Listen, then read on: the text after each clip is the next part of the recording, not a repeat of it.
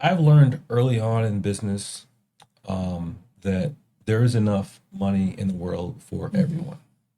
So I think fear is the thief of all dreams. Yeah, and that's why we give everybody NDAs. I'm just kidding. Well, you need to have some controls in place. Yeah, right here. One, two, three.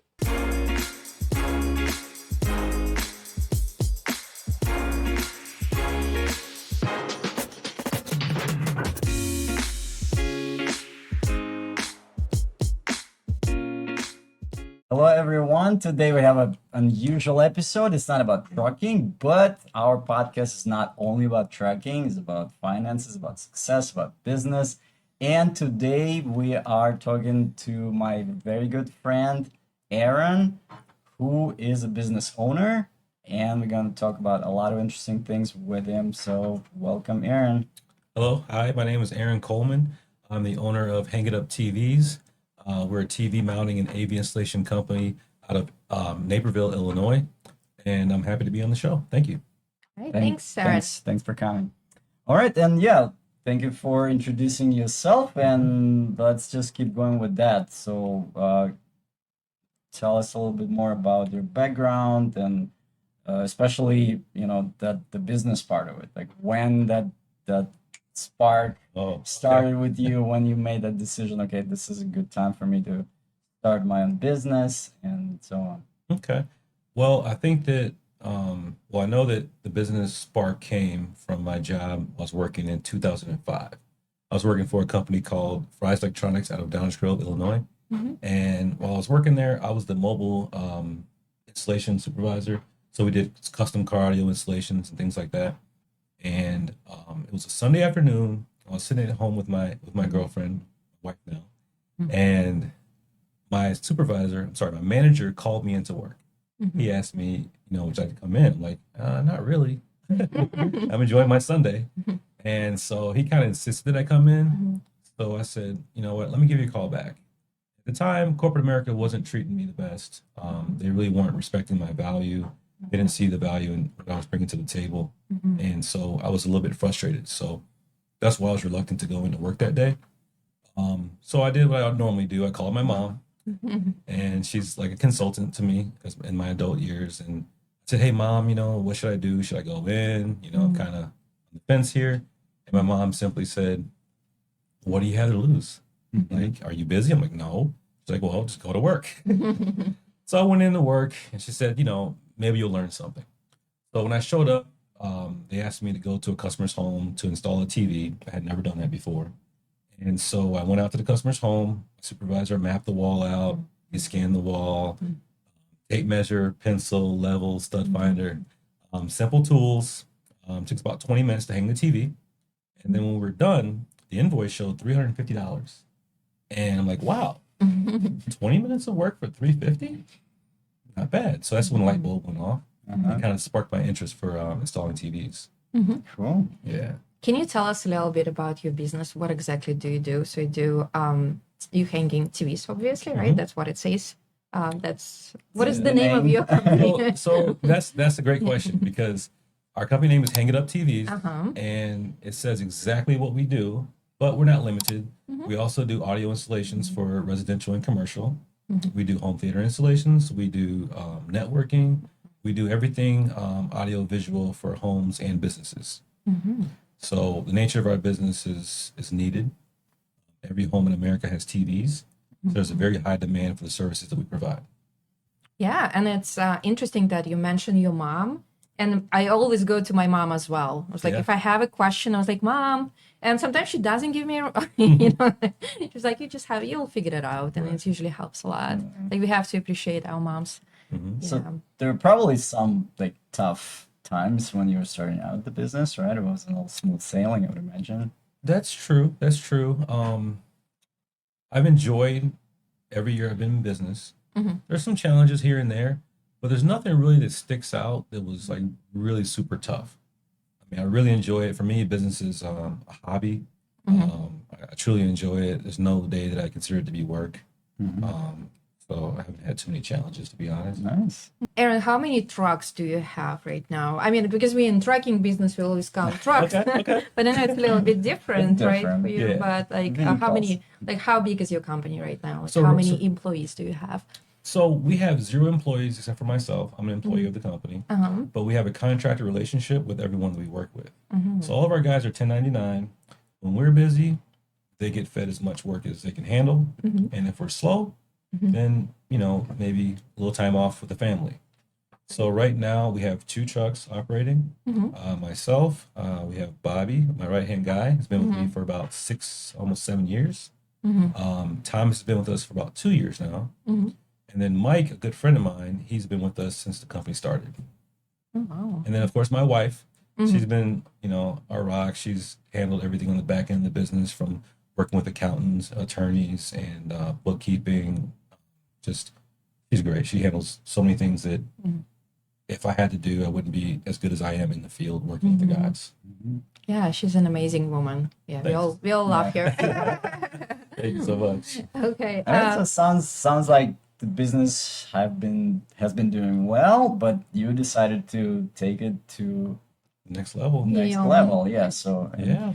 Can you tell us and about this create a transition? franchise. So, well, first of all, how the idea came about even. Oh, yeah. So initially, when we started the business, as I mentioned before, we were really happy about the company name. From the onset, all of our customers said, "Hey, you know what? That's a genius name. That's an excellent name." I agree. Yeah, It's like straight to the point. it is. It That's is. exactly what you do. Yeah. And so everyone's excited about the name. They said they would never forget it. And people call us, 5, 10 years later.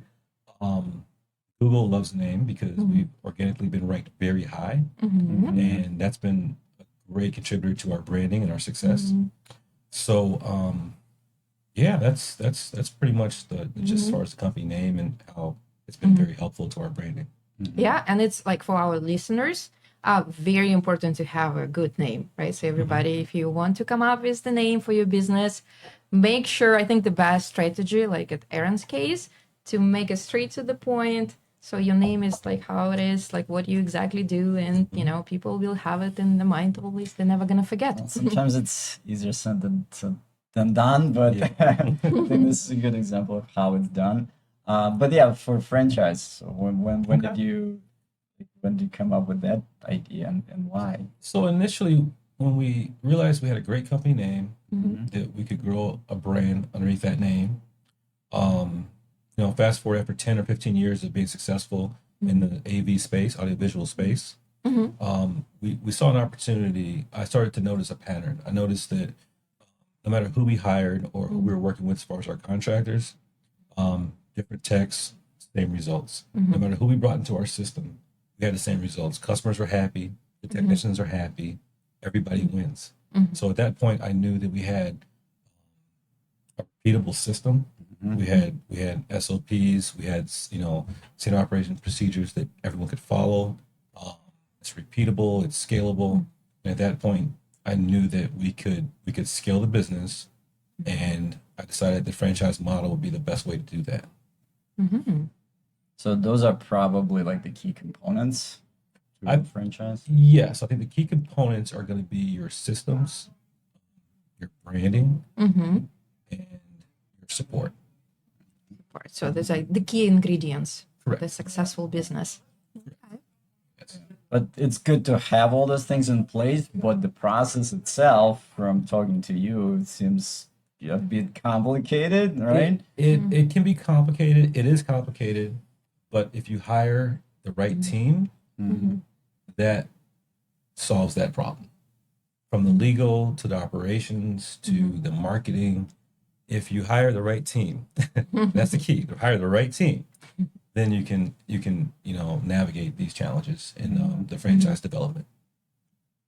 Great. Yeah. And how do you look for a right team? So initially, I did a quick Google search, how to franchise. A good friend of mine, Tony Tolbert, he mentioned ChatGPT to me back in, I think it was 2021 or 22. So I played with Chat and asked it a lot of questions as to how to franchise and what would be best for our business model. And Chat was very helpful. And And so we just kind of laid out the infrastructure, step by step. How do we do this? And I came across a company called Intercola Law, Mm-hmm. and they handled the legal, our franchise development. Mm-hmm. And then I hired a company called Manual Makers, and they took care of the operations manual for our company, and they both did an excellent job.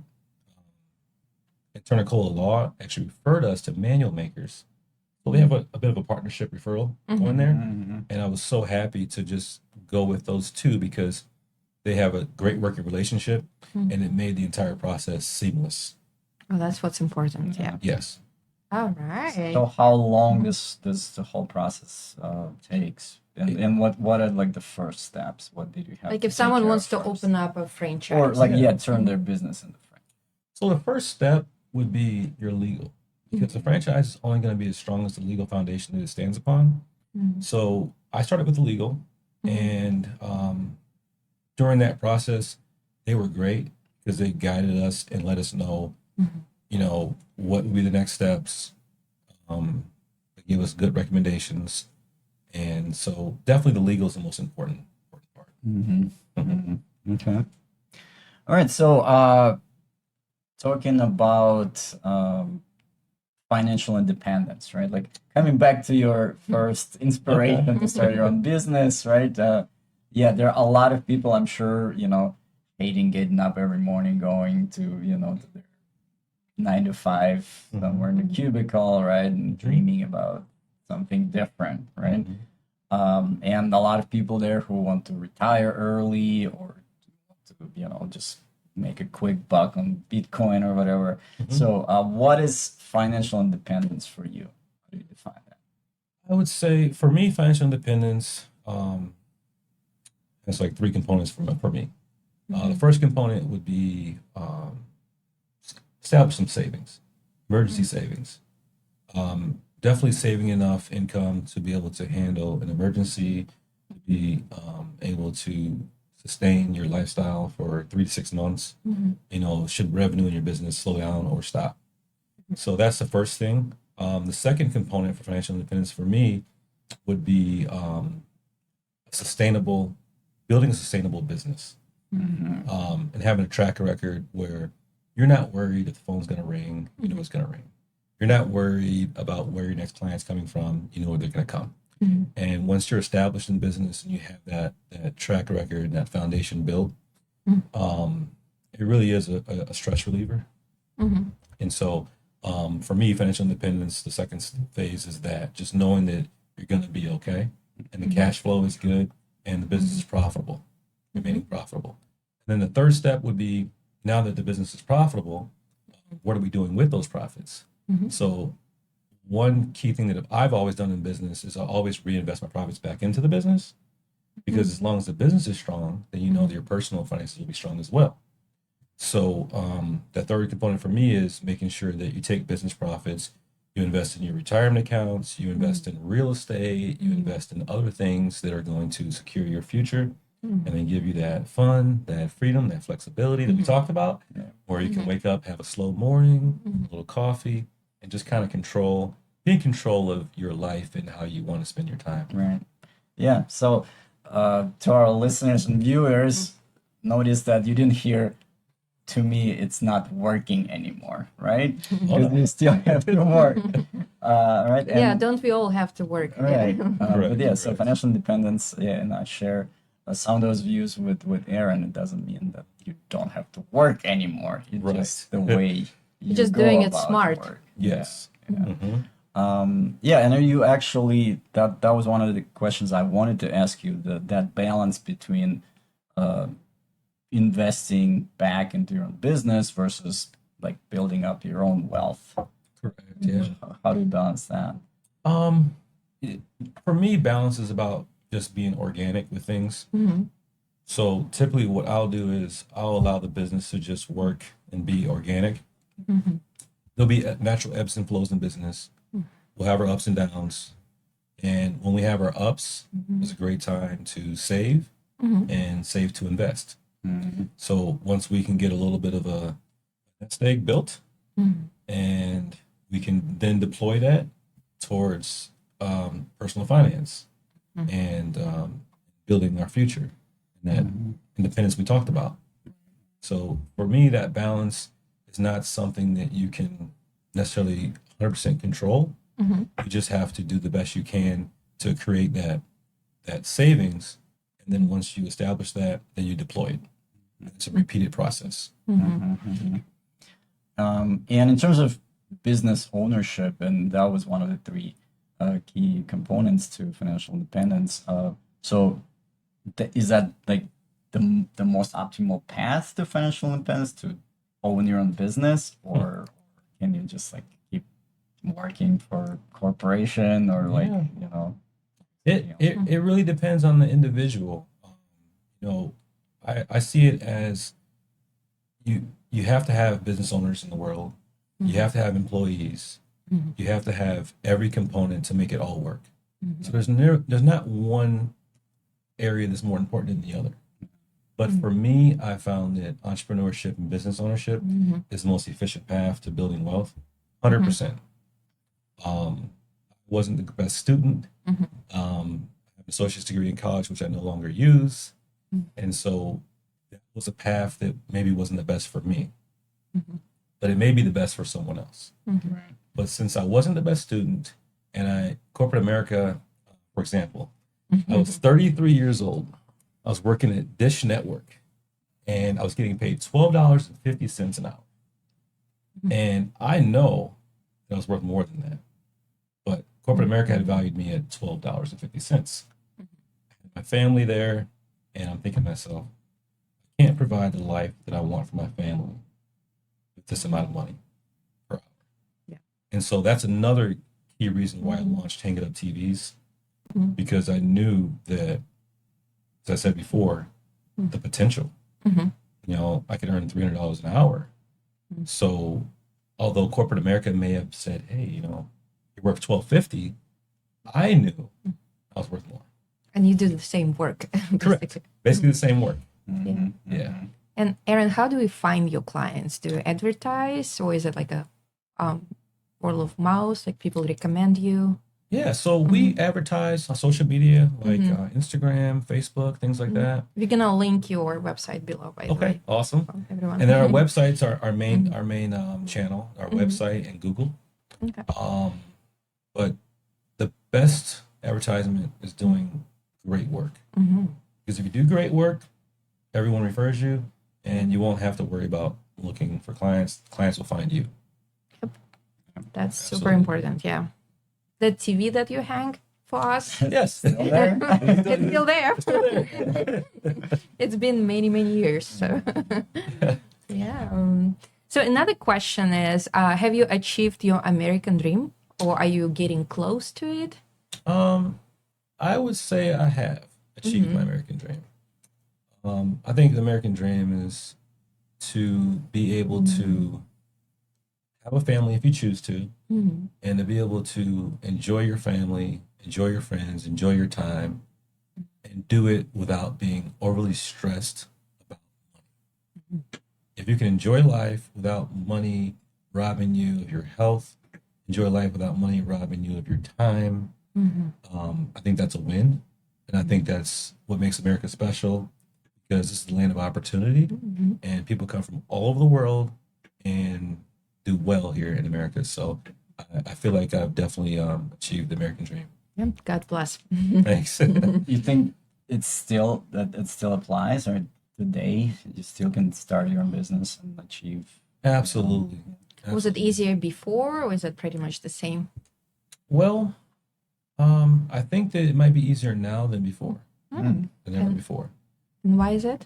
I think it's because of the technology and information we have available to us, especially now with AI. We can simply input what we want to do, input what our resources are currently, input our skills, and we can get a plan within minutes. So I think that today's success has more to do with the inability to apply knowledge than it is having access to the knowledge, if that makes sense. Yeah, total Knowledge, sense. You don't have to take a classes right now, for instance. You can just ask ChatGPT, and it's going to give you like a dispatch class, for instance. like Yeah, a I mean, volunteer. you really have to be Or- great at the Mhm. prompts. Right. I was Yeah. gonna say. Yeah. The output's only as good as the input. Yeah. And same in business. I mean, I feel that the more we put into it, Mhm. the better our outcome is. Yeah, So- you just need. I'm sorry. Go ahead. I'm sorry. But to your point earlier, it's like, hey, I mean, it's not easy. Entrepreneurship's not for everybody. It is not for everybody, that's for sure. Yeah. You have to have nerves, right? And you have to have a strong nervous system, that's for sure. Like sometimes I wake up and my eyes twitching. I'm like, oh my God, I have so much to do and I will never retire. But yeah. So, and you mentioned there, few team members or guys you work with, Mhm. and they've been with you for many years already. So, Mhm. what do you think they see in you that makes them want to continue working with you for years? It's really the way that I was raised. My mom, she's an amazing woman. She's always taught me how to treat people. And so that's I guess you would say, that was the basis for how I run the business. Really, it really is. Mhm. I just treat others the way that I want to be treated. Respect others. I lead by example. The guys, we work well together because they know I have their back. Mhm. The culture at Hang It Up TVs is such that we don't sweat the small things. Okay, like if someone's 5 minutes late to work, Mhm. it's not the end of the world. You know, we want to enjoy our life. We want to enjoy the work that we do. And so I create an environment where everybody can be comfortable. Everyone's not super stressed out. So the guys know I lead by example. For example, if they're in an attic and it's 100 degrees out, I'll crawl up there and I'll crawl to the attic with them. We'll pull cable together. Mhm. Then we go to lunch together. And at the end of the day, we're tired, but you know what? It just makes that beer or that meal so much more rewarding because we know we gave it our all, Mhm. and that's all you can ask. So you're like a family, right? You have a Absolutely. business is your family. Yeah, we spend a lot of time together, me and the guys. So, yeah, it's like, they're good friends of mine. They're like family, and we share the vision for the company. And together, we're building something special. And through the franchise model, it's something that others can take advantage of and hopefully do the same for their families. Yeah. Okay. All right. So, Aaron, a lot of business owners, they keep the distance between them and their employees, like in terms of the disciplinary measures. So, if they need someone to let someone go or to fire someone, so they don't have that like family philosophy in their company. And you do. Isn't it hard for you? Like, let's say if you have a conflict with someone or someone is not doing a great job to your expectations, is it hard to let someone go? Or you don't have those people like Well, that? That's a great question. I've had to let someone go before. He was with the company for about 5 years, and he showed some negligent behavior on job sites. And there were things that I knew he understood and could have prevented, but chose not to. I see. And so when someone does something that I feel they know better than to do, then at that point, that's on them. And so I can confidently still make that decision regardless to, our family atmosphere and the culture of the business. Yeah, so that's So fairness is probably what's important, right? When people see you treating somebody fairly, even though it might not be pleasant, then Yeah. they probably understand what's going on. absolutely. Because I feel that if you have good character Right. and you live by it, no one can ruin your reputation. The guys that I work with, the girls that I've worked with, they know who I am. They know how they are treated very well. And so if I ever have to make a decision and have to let someone go based on their performance, there's nothing you can say bad about myself. There's nothing bad you can say about Hang It Up TVs because you've been treated great. Yep. That's the main point. At Yeah. that point, just accountability for self. Right. See. Yeah. Okay. Yeah. I mean, in the family, we do yell at our kids sometimes, right? When they deserve it. Trying not to though. Yeah. The subject of you being an African American entrepreneur, did that play any role, negative, positive, or were there any unique challenges that you encountered? None whatsoever. Um, my family, my mom and dad relocated from south side of Chicago to Naperville in 1985. And so I went to Naperville schools that were majority all white, Mhm. and I was a minority in the school. And Naperville's always been great to us. I've never had any issues, Mhm. and never had any issues in business either. Mhm. Naperville's been supportive, small business, shopping local, Mhm. and we've thrived Mhm. from day one. Yeah. Cool. Yeah, no issues, no setbacks, no problems. Yeah. Yeah, Yeah, Naperville is a great city. A lot It of is. opportunities. People are nice, and I love it. Like when we moved here, it was like the best decision ever. I feel like it's important to not look for excuses to not to do something and not to Absolutely. achieve something, right? Yeah. Like we experience that a lot with the immigrant community too. It's Yeah, like oh well, we came accents. here with nothing. We have Right. all the doors are closed, but that's just an excuse, right? I totally agree. I think as an entrepreneur, Mhm. you have to have that tact. You have to know that you have to control what you can control, and the things that you can't control, so be it. Yeah, it's not up to you. Yep. Exactly. Yeah, You that's a know? good philosophy. Yeah. And speaking of philosophy, we Uh-oh. can go back to your brand philosophy that you mentioned Oh, in one yeah. of our conversations, which I thought was really interesting. And yeah, kind of one of the things that really allows you to build potentially a strong franchise, because it is important, and yours looked very attractive and kind of straightforward. So, can you talk a little bit about that? Okay. Well, let me just start by saying this. In our industry, there are a lot of big players in our industry who do 50, 100, two, $300,000 jobs. And their ego tends to get the best of them. And so, me being a TV mounting guy, they call us, they kind of frown upon that. Because if you're not doing full automation systems for high-end, high-ticket clients, north of, $50,000 jobs, they have they have a field day with you and laugh and kind of poke fun at you. I will. Oh, So you're so mean. it is. So I've never felt any pressure by that. I like to stay true to brand and what it means to be a TV installation, AV service company. There's plenty of clients and customers throughout the United States who value what we do, and we offer a basic service that simply works. It's reliable. We don't go into super high end, extravagant systems. Could we? Yes. We choose not to because we want to serve that sector of the market that wants a basic service. They want it to work, and they just want it to be affordable.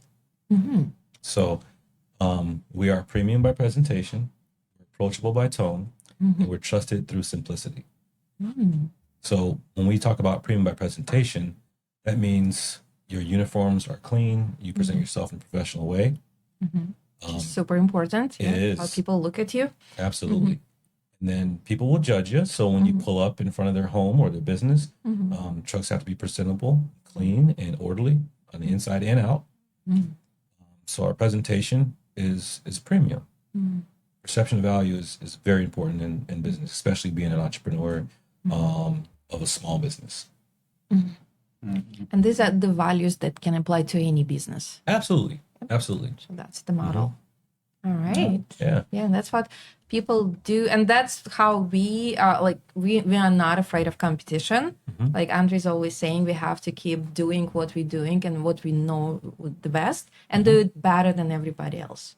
That's great because you don't want to look at your competition and then change your core service or change your mission or your vision based on what the competition is doing, because that what makes us unique and gives us Exactly. value in the marketplace. Yeah. All right. As far as community, networking, and just communicating with like-minded, or maybe not like-minded, but just other entrepreneurs in the area, or going to networking events, how important that is. It's very important because entrepreneurship is a journey, and unless you have um, other business owners who are operating within the same space that you can relate to, bounce ideas off each other, and maybe don't view them as competition, view them as partners.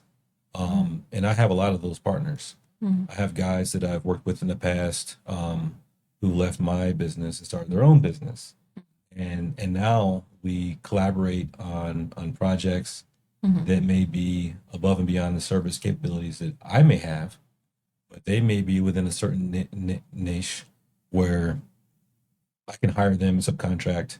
And they can take care of my client and give them, that level of service that maybe we don't have in house.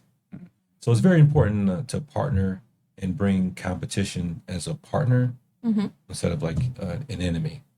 So just be friends with your competition, right? Correct. And maybe even give them something Mm-hmm. to help you out, right? Like some tasks. Yeah, for sure. All Well, right. you touched up on an interesting point there. People who used to work for you, maybe, or with you, and then just kind of doing either similar thing or almost the same thing. Is that a concern? Like with your contractors, they're just gonna start stealing your customers and undercutting you and things like that. So I've learned early on in business that there is enough money in the world for everyone. So I think fear is the thief of all dreams. If you fear a contractor or an employee gaining knowledge and taking it and becoming competition, that may force you to operate in a way that may not be to the best advantage of your company and what you're ultimately doing. And so I have no fear of that. Yeah. I wish everybody I the agree. best. Yeah. I yeah. agree here. It's like, yeah, you want to give your people the right tools. You don't want to like, restrict Yeah. ability or knowledge just for the purpose of them. Some they may be leaving you. And Correct. yeah, yeah, I agree here. Yeah, and that's why we give everybody NDAs. I'm just kidding. Well, you need to have some controls in place. Aaron, I want to go back to something we said earlier. Can you tell us more about what franchise is? Okay, so franchising is a great way for a business to expand their brand, expand their service offering to be able to reach and touch more customers. And it can be a more efficient way to do it than opening additional corporate-owned locations. So, for example, instead of Hang It Up TVs opening a second, third, fourth, and fifth store in the Chicagoland area, if we were to do that route, we would have the cost of maybe potentially adding additional trucks, maybe additional storage or warehouse space, and things like that. Whereas when we go through a franchise model, you can find other like-minded entrepreneurs who are looking to invest in the franchise model, and then they will pay a franchise fee. That fee will give them the rights to use your intellectual property, your IP. So they get a rights to use the Hang It Up TVs brand. They get rights to use our systems. And of course, they'll have our support. So it's a very efficient way to expand the business without necessarily having to take all of your capital and do the investment through the corporate location. All right. And how do you regulate the quality of your brand? So someone can take it, right? So someone can take your name, your values, and what if they're not going to do a great job, or what if they'll put you in a bad perspective? That's a great question, and that's the beautiful thing about franchising. And earlier I mentioned that the franchise legal work is the most important. So the legal work is the FDD, it's the franchise disclosure document. That's the legal document that outlines how a franchisee can use your name, your business systems, and represent your brand. So once you become a franchisee, you have to abide by the legal agreement, the franchise agreement. And so that regulates everything you just discussed. So it'll be completely covered, right? Exactly. Okay. All right. That's a great way to just make sure that your brand is standardized across all locations. So basically, if a location doesn't live up to the expectations, you can just get them shut down. Exactly. Well, let me ask you this though: what kind of support would you provide as a franchise owner to the franchisees? Okay. So as a franchisee, they're going to receive the legal framework and the FDD that we just described. They're also going to receive the operations manual. That's basically the playbook. That's the entire business within like a living library. We have a My Doc port. And so a franchisee can go to and log into that port online and they can see the entire business, everything from financials to business operations to field service operations, new employee onboarding, training, everything that is the business is within that operations manual. Wow. Okay. And another question, Aaron, how do you make your decisions? Like, so you have an idea, you have a decision to execute, and like you mentioned, your mom is helping you, right? But what is the key ingredient for making the right decision? Oh, there's like no right or wrong decisions. Yeah, my mom, she's getting a little bit older now, so she doesn't help as much as she used to. But important decisions, I like to include my team. There are so many decisions that I make, but I make them with the help of my team, the help of my wife, and that helps us get different perspectives. And ultimately, it brings our team closer. Yeah. Because they see the vision, they're part of the decision making, and they know that their value, and they know they know they're a big part of our success. So when I have a decision, I consult everyone involved or everyone that it may affect. Yeah, that's a great way to. That's what we do pretty much, right? So again, coming back to starting your own business, or first transitioning from 9 to 5 to being a business owner. If your business is failing or already failed, some people just kind of dust it off and try again, right? And some Right. people say, okay, well, I guess it's not for me, right? So is there a right approach? Is there, if something fails, do you like wait a little bit, or you just start over like nothing happened? For me, I don't really view anything as a failure because failure is necessary to succeed. So what one might consider to be a failure, I just see it as a lesson. We learn, we adapt, we pivot, we overcome. You do anything you need to continue moving in the direction that you want to go. So I've never viewed anything in business as a failure. That's why earlier I mentioned that there's not many challenges. There's no challenges, there's no failures. none of that exists. We're just enjoying the process. It's more in the journey than it is the destination. Yeah, so kind of just there's no reason to give up. Really. There's no reason. Right? And the only way to lose is to give up.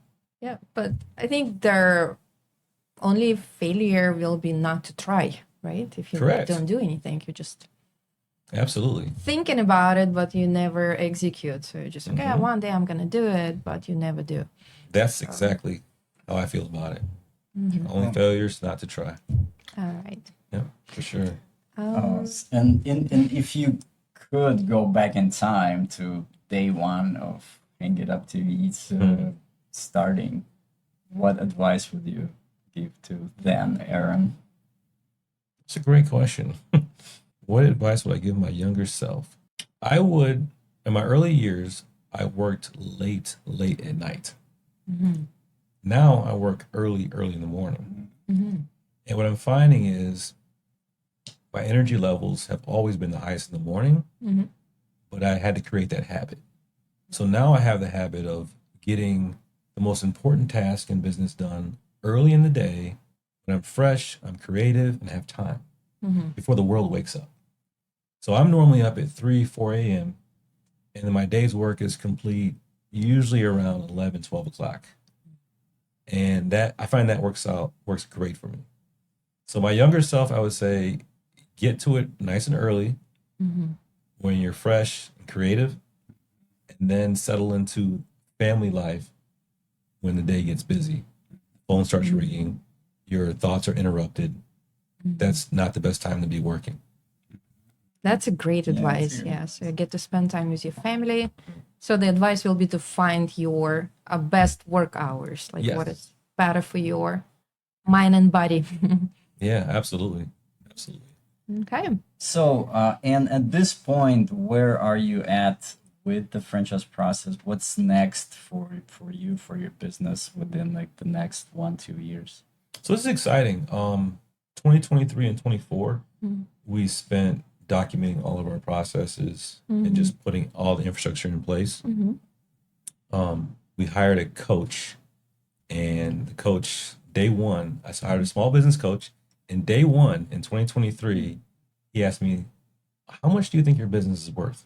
Mhm. I was like, "Wow, I'm not sure. I think maybe $1 million." Mhm. He said, "Why?" I'm like, "Well, based on the revenue Mhm. and based on how long we've been in business and the number of clients we have Mhm. in the industry, it just makes sense." Mhm. And he said, "Your business is really not worth anything." I was like, Mhm. "Wow." It's harsh. It's harsh, but I didn't take offense to it. Mhm. I'm totally coachable. And he explained why. He said, if something were to happen to you today or tomorrow, Mhm. would your wife, would your coworkers know how to run the business? Would they be able to continue without you immediately? I said, maybe, maybe not. He's like, well, you need to document your systems. And so I went on that journey for 2 years, documented all of my systems. And after doing that, then I was ready to franchise because now everything that was in my head that was successful Mhm. and dependable and reliable the last 15 years was now on paper. Mhm. So after completing that process, then I knew I was ready to franchise the business.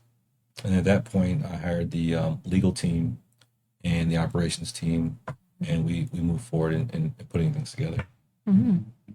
So we'll be launching the franchise officially December of this year. And to your question, the whole process took about 2 years, about 2 solid years. Okay. Okay. And that's a great advice. You just have to document everything, all the processes, right? Like Yes. how It's the hard, things isn't work. it? Like if you know something, how to do it, like it's hard to make yourself to put it on paper. You would rather actually do it than spend time writing it down. It is difficult. It's tedious. It's long. It's hour after hour. And when we got ready to franchise the business, I did some research. I hired an IP attorney, and the attorney did some research, and he said, "You know what? There's a lot of white space out there." And what he meant by that was there's not a lot of people in our industry Mhm. that are franchising the AV business model. I'm wondering why. Mhm. And so I looked into it, the whole franchise process, between the cost and the time, and there's no guarantees that it'll be successful. No one out there is willing to take the risk, invest the time or the money. And so that excited me. I wasn't discouraged, it made me excited because I know the value of our brand, I know the value of our business, and I know that we can help a lot of people enter the AV space, become business owners, and become successful and achieve financial, independence. So that excited me because I knew that I was going down a road that no one was on. There was no traffic. It's just me, Just a freeway. just Yeah. a couple people. And that excited me because I know that where there's no traffic, there's some value there, Yeah, some that's a potential there. that's a great idea. Yeah. So just like find something, some niche that is not that saturated, right? So there's some space for you, and especially if no one done it before, that's a great idea. Do you only service Naperville area, or do you go all over? Not United States, but all over Illinois, let's say, like Yeah, Chicago so area. about 80% of our business is Naperville, but the other 20% we're willing to travel. So we travel about a 30-mile radius. Sometimes we're up north, sometimes we're Chicago Lakeshore, south suburbs. So we travel all over Chicagoland. So there is a lot of potential in different areas of Chicagoland, right? And that's where their franchise can be used, right? Correct. For There's a lot of untapped potential for sure. that's wonderful. And with gig economy and everybody's being, a handyman who will do it for cheaper, how do you compete with that? So that's a great question. This industry has what we call a lot of hacks. There's a lot of guys out there, weekend warriors, DIY guys, want to go out and do a couple side jobs. And I'm not knocking them because you have to always start somewhere. That's how I started. Yeah. I wasn't a hack, but I was a weekend warrior and I did side jobs. So the industry is very fragmented. There's guys doing that. There's guys working full time, they're 9 to 5 for a corporation, AV company. They do side jobs and they're professional and they're good at what they do. And then there's small business owners. So there's a lot of different men and women out there who are diving into this industry because it's very lucrative, high profitability, and the work is fairly simple. The way we differentiate ourselves from the competition is that we have our brand standards that we live and work by. I say live and work by because how we do anything is how we do everything. So we want to make sure that we are respectable, trustworthy, and transparent all that we do. And so what differentiates our company is we are offering ownership. We're selling a business. Successful business. Successful business, correct. Thank you. And so that will inspire and empower entrepreneurs who want to either start off in the AV industry, they may be new to the industry. They may have been working in the industry and maybe hit a ceiling and they can't break through and they need help with daily operations and systems. There's investors out there who want to be semi-absentee or absentee owners and they want to invest and buy Hang It Up TVs franchise. So we serve those three avatars. So if I wanted to franchise Hang It Up TV, like what are the requirements? So if I'm just like, oh well, I'm too lazy to develop my own business, I don't have anything, so I'm just apply for franchise. That's an interesting question because when I started the franchise development for Hang It Up TVs, I wasn't sure that I was ready. But what I did know is I know myself. I know that if I wasn't ready, I could go down that road and learn. And if I hit an area where I was unsure or I wasn't ready, I'm willing to pivot and become ready. So I would just I knew that I would just need to pause and then fill the requirement. But as far as the requirement, there's no per se like requirements to franchise. You just have to have a business that you are passionate about, that's successful, and you have systems in place that are replicable, scalable, and someone feels confident that they can invest in it and they can ultimately do it, get an ROI on their money and be successful. So if you feel that your business has those things in place, then I think that you potentially could be ready to franchise. But if you feel that you need to work on one of those areas, I would recommend taking your time and fixing that before you franchise, because it's a big investment of time and money, and you want to be sure that you're selling an opportunity that has real value and the person who purchases it can be successful. And you mentioned you're about to launch. What does launch like constitutes? Like what does it look like? You appear on certain websites, or how does that? Yeah, so we have a franchise development website, and we are going to launch in December, and we're going to award 2 franchises in the Chicagoland area. Congratulations! Oh, Thank fingers you. crossed. Yeah, absolutely. One of the franchises, I think, is going to be my older brother. He's seen what I've been able to build over the past 15 years. Consider myself to be successful based on the needs of my family and what we talked about earlier as far as the American dream. And if I can help my older brother achieve that same flexibility in his lifestyle, the freedom, the flexibility comes along with entrepreneurship. I would love to work with him as a partner and for him to be my first franchise partner. Yeah, that'd be great.